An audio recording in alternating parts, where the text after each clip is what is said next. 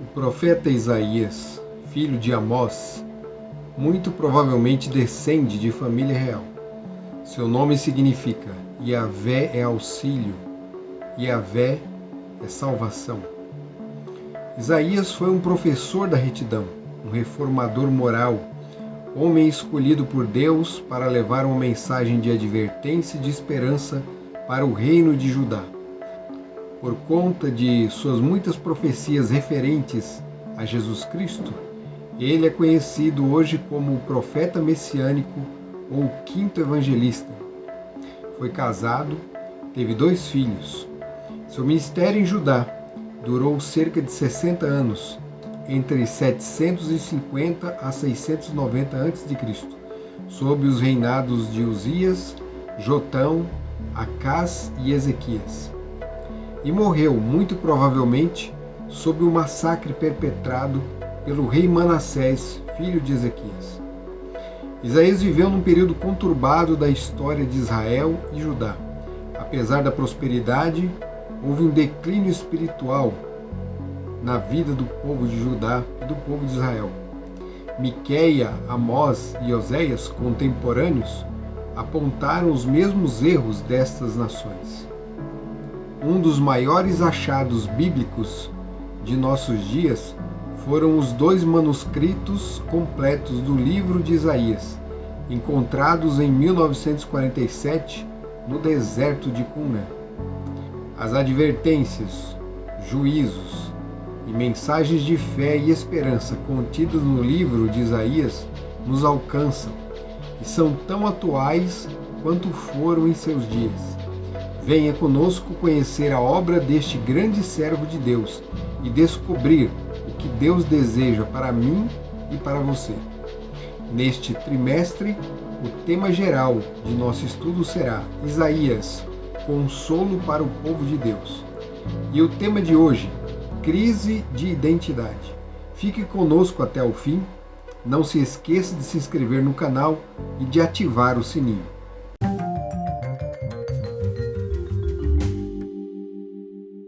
Então vamos lá, prontos para mais uma jornada. Nós começamos agora o estudo do livro do profeta Isaías, né? A lição desse trimestre, né? Teremos 3 meses aí estudando esse profeta incrível e um livro grandioso, né? No decorrer do trimestre, né, à medida do possível, eu vou trazendo também curiosidades sobre o livro, mostrando também como é a sua estrutura, falando um pouco mais também sobre esse achado arqueológico, por exemplo, que foi mencionado aqui na abertura. Então nós vamos ter algumas coisas a mais aí, o significado dos nomes dos filhos de Isaías, né? Tudo coisa que vem agregar, conhecimentos que vão agregar, que vão ajudar com que você compreenda melhor o livro do profeta Isaías e entenda a importância desse livro para os nossos dias. O tema de hoje é crise de identidade, né? O povo de Israel, o povo de Judá, perderam sua identidade. Então, como é que essa identidade foi construída, né? Primeiro vamos saber que identidade é essa. Quando Deus tirou o povo de Israel do Egito, né, da servidão ali do Egito, Moisés foi instruído por Deus a fazer uma nova aliança, uma aliança com o povo de Deus. Na verdade, a gente fala nova aliança, mas na verdade a aliança não era nova. Essa aliança ela já havia sido feita desde o Éden.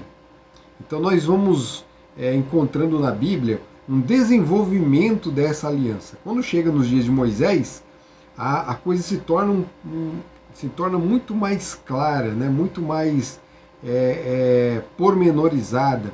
Então Deus ele transmite ao seu povo detalhes sobre essa aliança, né? Exigências que ele faz e coisas que ele se compromete a fazer pelo povo de Israel. Então nessa aliança existe um sucerano, né? Deus, o Senhor do universo, o Criador de todas as coisas, é o rei, e ao povo escolhido, que são os seus vassalos. Com esses servos, né? Com essas pessoas, Deus faz um pacto, né? Faz uma aliança.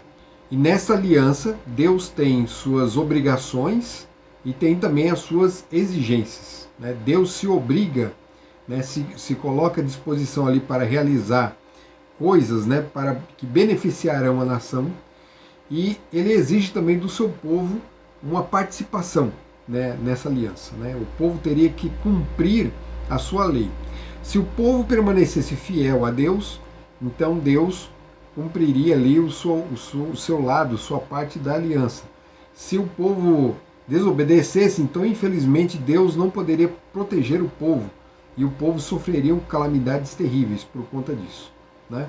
Então esse é um resumo da aliança, mas a aliança é muito mais que isso.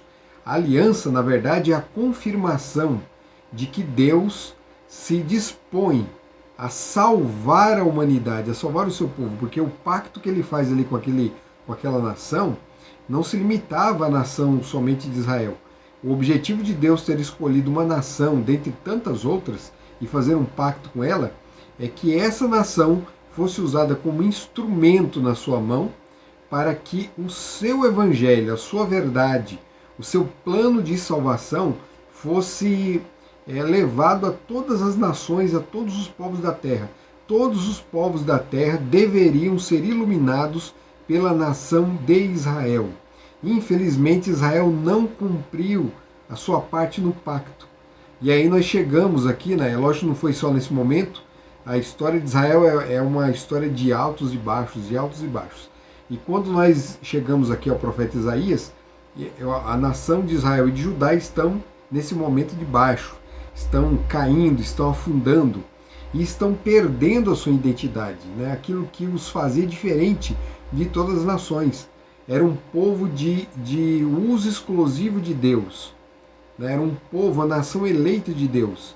E essa nação tinha os seus predicados, né? Ela tinha suas características essas que adivinham da sua observância aos mandamentos da lei de Deus. A partir do momento que eles começaram a quebrar os mandamentos, e dessa forma quebrar a aliança, eles começaram a perder essas características e a assumir uma nova atitude.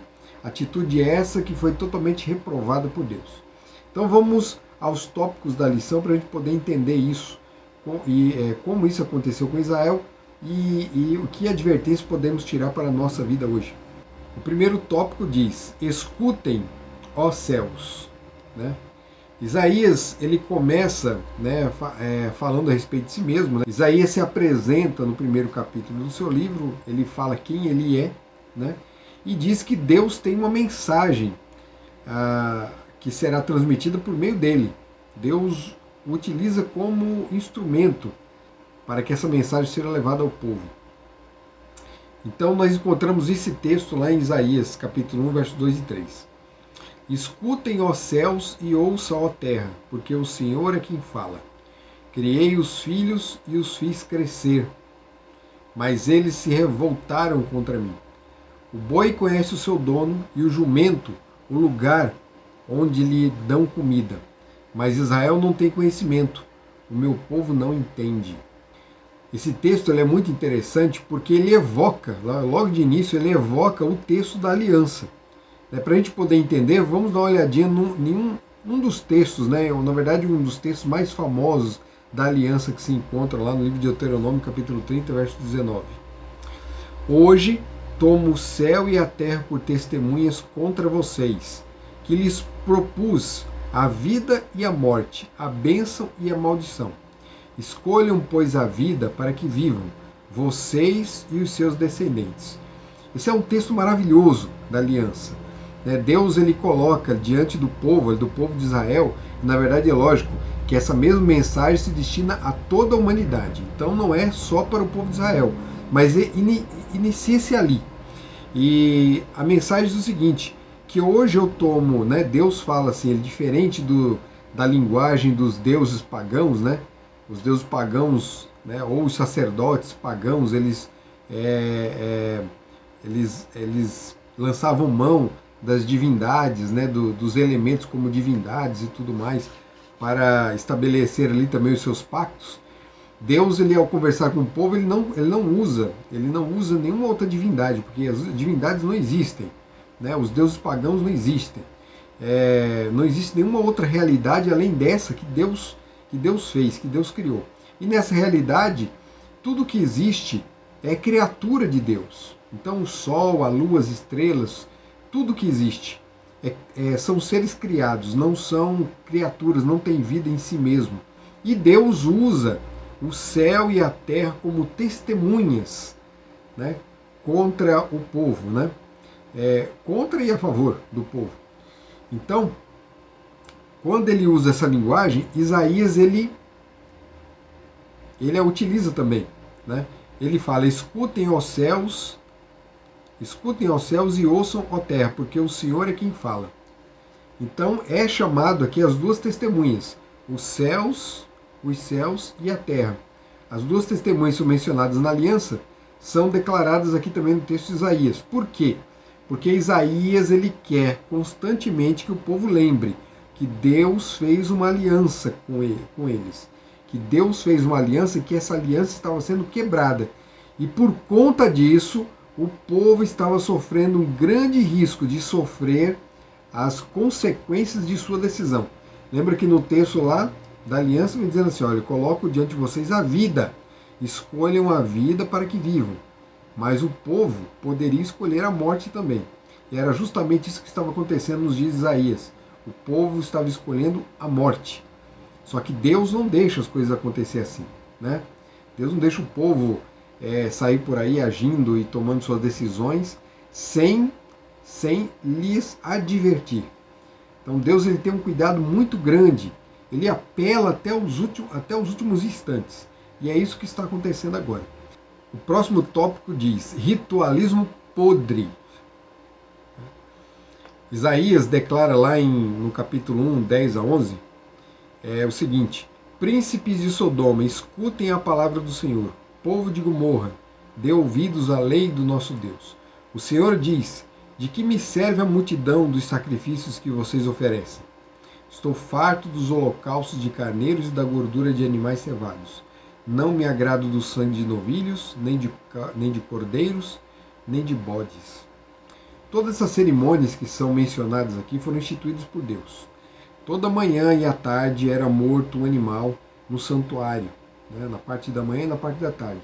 O povo de Israel também, quando traziam suas ofertas, queriam agradecer a Deus, também deveriam apresentar animais ou ofertas das suas plantações. Então essas ofertas eram oferecidas a Deus diariamente. Por que Deus agora não as recebe mais? Por que Deus não quer recebê-las nesse momento, né, nessa ocasião? Porque o povo, corrompido como está, não está adorando a Deus da forma correta. Não está adorando a Deus com o coração. Né? Era um tipo de adoração formal. Né? Ou era cheia de formalidade, ou era cheia de segundas intenções. Porque muitos dos israelitas, nesse tempo aqui, começaram a tratar Deus como os deuses das nações pagãs. Ou seja, traziam suas ofertas para comprar o favor divino. E Deus não precisa ser comprado. Tudo aquilo que ele oferece é de graça. Então era um tipo de adoração totalmente detestada por Deus. Deus a detestava, Deus a odiava. Deus não queria. E Deus chega ao ponto de chamar Israel e Judá de Sodoma e de Gomorra.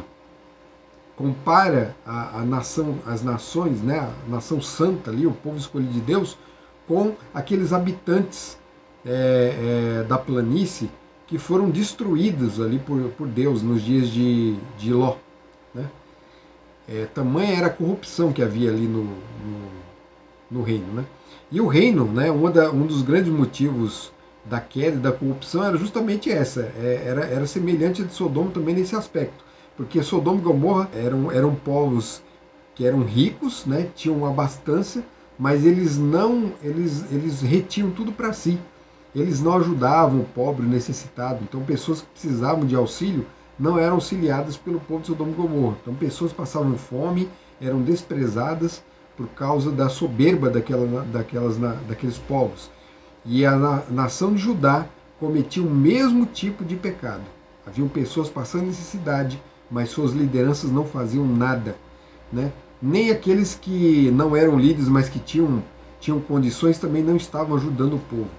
Então Deus estava muito decepcionado com o seu povo. Só que Deus, ele ama o seu povo, né? E é por isso que nós entramos agora nesse próximo tópico. Tópico que diz assim, o argumento do perdão. Esse aqui é um dos textos assim, mais bonitos aqui nesse primeiro capítulo aqui de Isaías, talvez até, né, um dos textos mais bonitos do livro inteiro e muito significativo. Isaías 1,18 declara, o Senhor diz, venham, pois, e vamos discutir a questão. Ainda que os pecados de vocês sejam como escarlate, eles se tornarão brancos como a neve, e ainda que sejam vermelhos como o carmesim, eles se tornarão como a lã. Então Deus aqui ele fala de pecados da cor de carmesim e da cor de escarlate, que é a cor do sangue. Porque são pecados de sangue, pessoas estavam morrendo, né? Sangue inocente de animais estavam sendo derramados inutilmente, ou seja, estavam só manchando as mãos com sangue, tentando comprar Deus. Crimes eram cometidos, pessoas eram mortas, então todos esses eram crimes de sangue. O pecado deles era tão grave que levava à morte de outros seres, né? Só que Deus fala o seguinte, ainda que seus pecados sejam como escarlate, sejam como carmesim, eles se tornarão brancos como a pura lã. Então a pureza do próprio caráter de Deus, seria transmitida ao povo se eles deixassem. Eles ainda tinham chance. E o que eles tinham que fazer para que isso acontecesse? Está no começo do verso. Deus fala assim, ó, vinde e vamos conversar. Algumas traduções falam assim, vinde e arrazoemos, né? Vamos conversar, vamos dialogar. E esse aqui é um diálogo legal, né? A linguagem que é usada aqui é a linguagem legal, né? Deus está se colocando ali, né? Ele é o juiz, mas ele quer ouvir o seu povo, quer ouvir as alegações do seu povo. O que o povo alega, né? E é a partir dessa conversa, desse diálogo entre Deus e o seu povo, é que pode surgir a solução do problema. É que pode surgir a solução. Deus, na verdade, já tem a solução. Porque ele declara, olha, se você vier conversar comigo, eu posso dar um jeito na situação de vocês, né? Se expliquem aí, conversem, expliquem o que está acontecendo, por que vocês estão passando por isso, por que vocês estão fazendo isso, por que vocês estão me abandonando, né? Eu deixei de fazer alguma coisa, e a gente vai ver já num texto muito bonito, numa poesia, Deus declarando justamente isso, né? Então o povo tem a oportunidade agora de se achegar a Deus e de resolver a questão. E se o povo aceitar, né, todas as premissas de Deus aqui, todas as soluções que ele der, então é possível que o povo, mesmo com a sua roupa suja com sangue, seja purificado e se torne mais alvos do que a neve. O tópico seguinte fala assim, comer ou ser devorado. O profeta Isaías, ele continua ali pleiteando com o povo e declarando e apontando os seus erros, apontando os seus perigos e o propósito de Deus com o povo. Ele declara, se estiverem dispostos a me ouvirem, ou seja, se vocês vierem conversarem comigo, se vocês me ouvirem, se vocês derem atenção que eu tenho para dizer, as soluções que eu tenho para dar, então vocês comerão o melhor desta terra. Mas se recusarem e forem rebeldes, vocês serão devorados pela espada, porque a boca do Senhor o disse. Então eles têm o quê? Eles têm dois caminhos aqui. Ou eles têm o caminho de ouvir ao Senhor e aí vão comer do melhor da terra, ou eles abandonam o Senhor e em vez de comer, eles serão devorados. Serão devorados pelo quê? Pela espada. A espada era justamente a promessa, né? Quando foi feita a aliança com o povo de Israel, eles teriam, né, haviam 3 coisas que penderiam sobre a cabeça deles se eles abandonassem a Deus e adorassem outros ídolos e cometessem crimes hediondos, né, crimes de rebeldia. E pesaria sobre a cabeça deles a peste, pesaria a fome e pesaria a espada, né? E quem escapasse, por exemplo, da fome, não escaparia da peste. Quem escapasse da peste, não escaparia da espada. Quem escapasse da espada, não escaparia da fome. Não tinha escapatória, né? Esses juízos recairiam sobre a nação de Israel e eles seriam destruídos. Aqui Isaías de novo faz menção dessas sentenças, quando ele menciona a espada. Vocês serão devorados pela espada. Se ficarem comigo, terão abundância, viverão em paz e não passarão fome, né? Comerão do melhor da terra. Mas, se me abandonarem, serão destruídos pela espada. E é lógico, fica subentendido também as outras sentenças, né? A fome e a peste. Para a gente poder ter uma visão melhor agora de toda a situação de Israel, vamos ler aqui um texto lindo, lindíssimo, do capítulo 5 de Isaías. É um poema, mas é um poema diferente, por isso que o título do tópico é o seguinte: Um sinistro cântico de amor. O texto declara: Agora cantarei ao meu amado o seu cântico a respeito da sua vinha. O meu amado teve uma vinha numa colina fértil. Ele cavou a terra, tirou as pedras e plantou as melhores mudas de videira. No meio da vinha, ele construiu uma torre e fez também um lagar. Ele esperava que desse uvas boas, mas deu uvas bravas. E agora, ó moradores de Jerusalém e homens de Judá, peço que julguem entre mim e a minha vinha. Que mais se podia fazer à minha vinha que eu não lhe tenha feito? E como, esperando eu que desse uvas boas, veio a produzir uvas bravas? E agora lhes darei a conhecer o que pretendo fazer com a minha vinha. Vou tirar a cerca que está ao redor, para que a vinha sirva de pasto. Derrubarei o seu muro, para que ela seja pisoteada. Farei dela um lugar abandonado. Não será podada nem cavada, mas crescerão nela espinheiros e ervas daninhas. Também darei ordem às nuvens, para que não derramem chuva sobre ela. Porque a vinha do Senhor dos Exércitos é a casa de Israel, e os homens de Judá são a planta preferida do Senhor. Este esperava retidão, mas eis aí opressão. Esperava justiça, mas eis aí clamor por causa da injustiça. Um poema muito significativo. Jesus, ele lá no Novo Testamento, ele vai até usar essa mesma figura da vinha e da construção, né, do dono ali de um terreno que construiu uma vinha, colocou uma torre. Só que Jesus vai falar assim que deixou, esse dono da vinha deixou pessoas para cuidar da vinha, né? É uma figura diferente, mas que tem o mesmo sentido.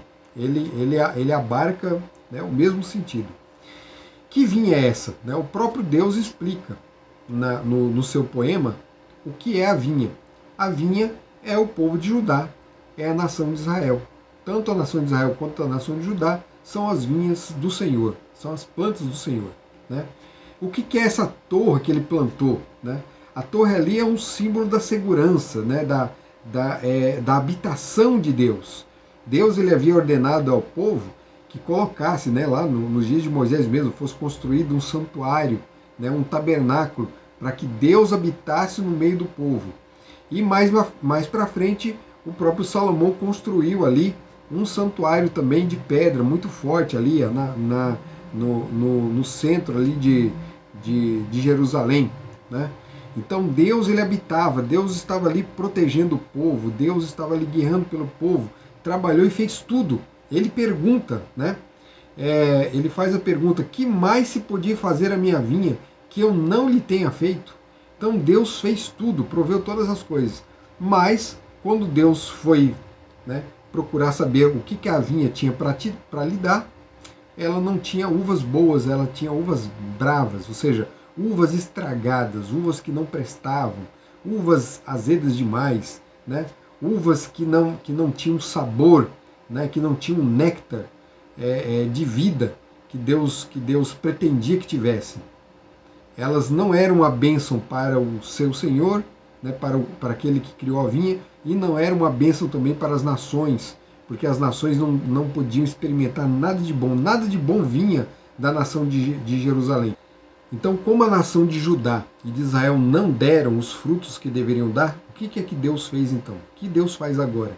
Deus retira a sua proteção, Deus tira os muros, não faz com que a chuva caia sobre a plantação, faz com que pessoas, povos inimigos invadam a vinha e destruam tudo, pisoteiem, né? cortem, né, acabem com tudo, Deus retira a sua proteção, Deus retira todas as bênçãos que ele pretendia dar. Né? Por que ele retira? Porque ele é um Deus mau? Não, porque a nação o rejeitou. Veja que a rejeição aqui não é de Deus. Deus, no livro de Isaías, aparece procurando o reino de Israel e de Judá. Ele vem atrás, ele quer conversar, ele quer fazer a nova aliança, ele quer reforçar o pacto. Mas a nação continua firme na sua rebeldia, na sua rebelião. E por conta disso é que Deus vai retirar a sua proteção. Não porque ele não quer dar, mas porque o povo não quer receber. O povo não quer se aliar a Deus.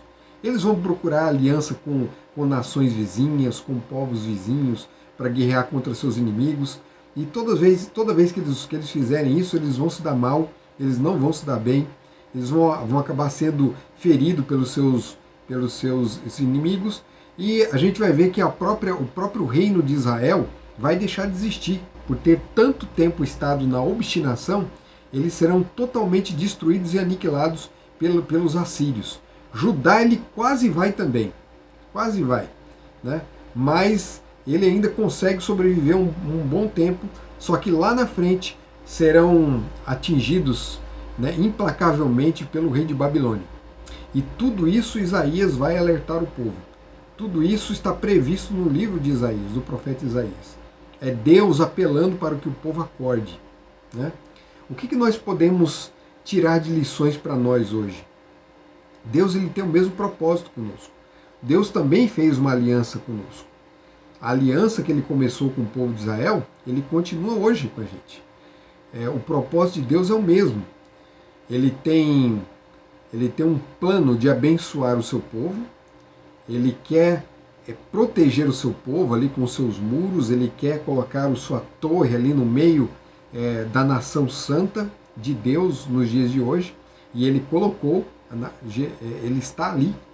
E ele também fez tudo por esse povo, assim como ele fez tudo pelo povo de Israel. Ele faz tudo por nós hoje. E nós hoje temos a plenitude disso. Porque quando Cristo morre na cruz do Calvário, Cristo ele faz aquilo que é o máximo que o céu poderia fazer em prol da humanidade pecadora, que é vir a esse mundo e morrer no lugar do ser humano. Para o antigo Israel isso era uma promessa. Para nós hoje é promessa cumprida. E a nossa parte? Nós temos uma parte na aliança. A nova aliança declara o seguinte, que nos seus corações eu imprimirei as minhas leis. As minhas leis estarão impressas no vosso coração.